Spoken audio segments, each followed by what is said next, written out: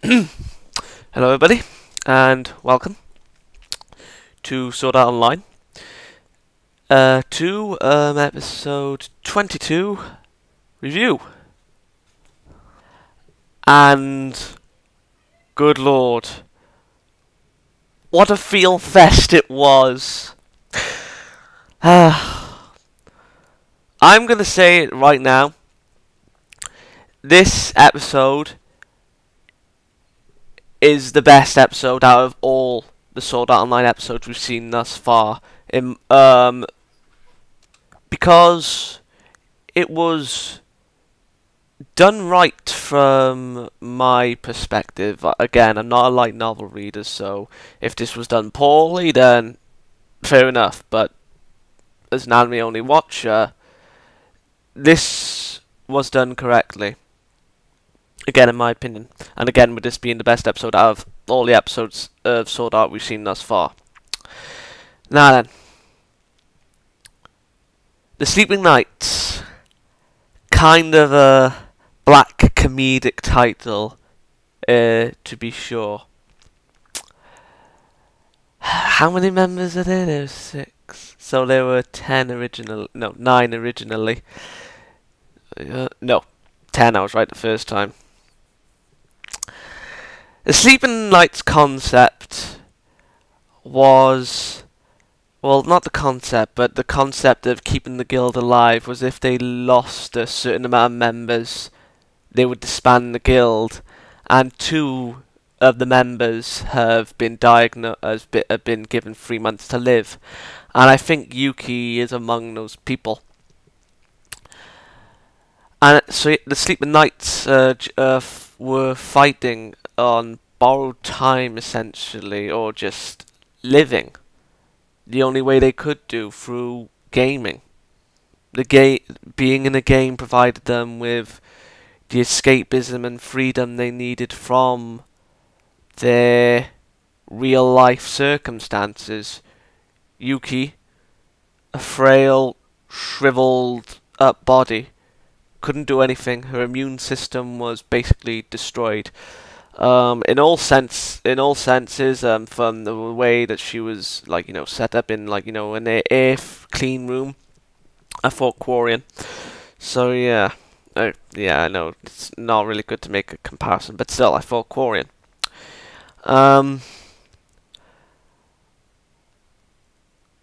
Having to be free from that state without actually having death is actually a pretty damn awesome aspect. They were being able to continue to live in the real world without actually being in the real world. And this goes to show, in my opinion, that gaming in general can be used for a lot of things. Like right now, for those of you who are aware, like the Yogscast are doing the charities they do yearly for Christmas time, and there's a charity for them doing helping people who are unable to game essentially. And yeah, when I saw that video of that person playing Minecraft and saying how he enjoys gaming and all that, because of his own circumstances. I'm not going to go into it, of course, but if you've seen the video, you know what I'm on about.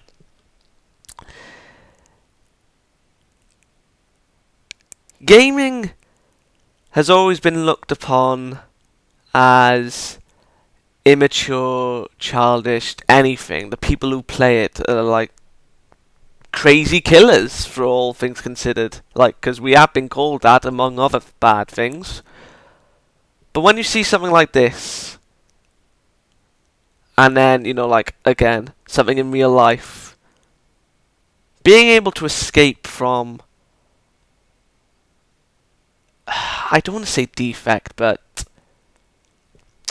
the thing that holds you back, being able to escape from that, be it from virtual gaming, in this case, or real life gaming, Xbox, PlayStation, etc., etc., you're gonna grasp that twofold. You want to be engrossed in another world, to be able to think that you are alive, and the nerve gear, whatever the thingy is called, the new one, I forgot, I'm just gonna say nerve gear for the sake of it, made the Sleeping Knights, all the members, feel alive. The current Sleeping Knight members that we've seen immortalized themselves before death came to them. They, even when, like, you know, people thought that they would lose against the boss, seeing that, seeing how they won, the shocked faces of the cannon fodder characters, when the next boss is defeated, and, you know, they're not going to forget them. They're going to remember those 7 people, yeah, 7 people as the group that's defeated a boss, where no one has ever had the courage to do such a raid party. And what Yuuki said, saying that when we go see the others, we're gonna have stories to tell. That was a nice touch as well.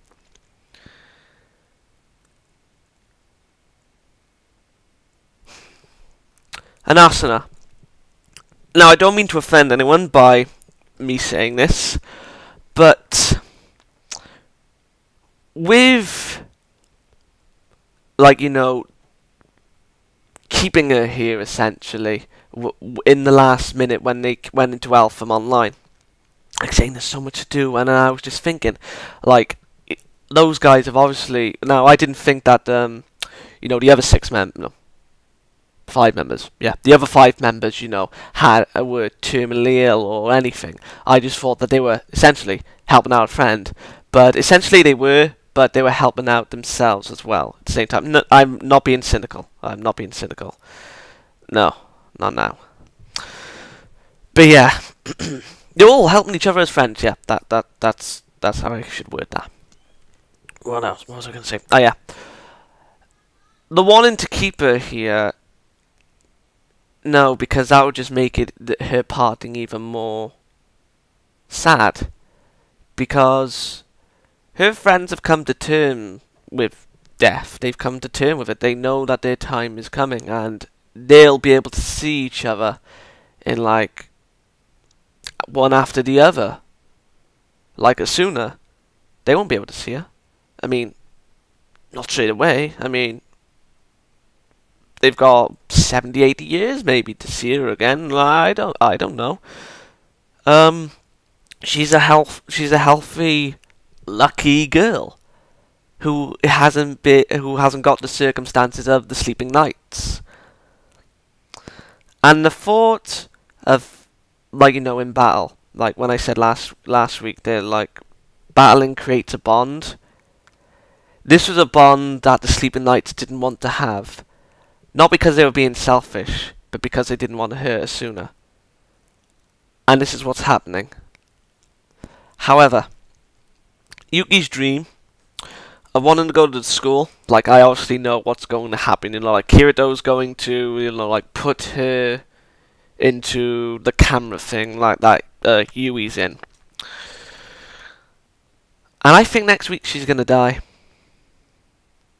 Or episode 24, whichever one, but she's going to die soon. So yeah, this episode was beautiful. Hands down, best episode of both series.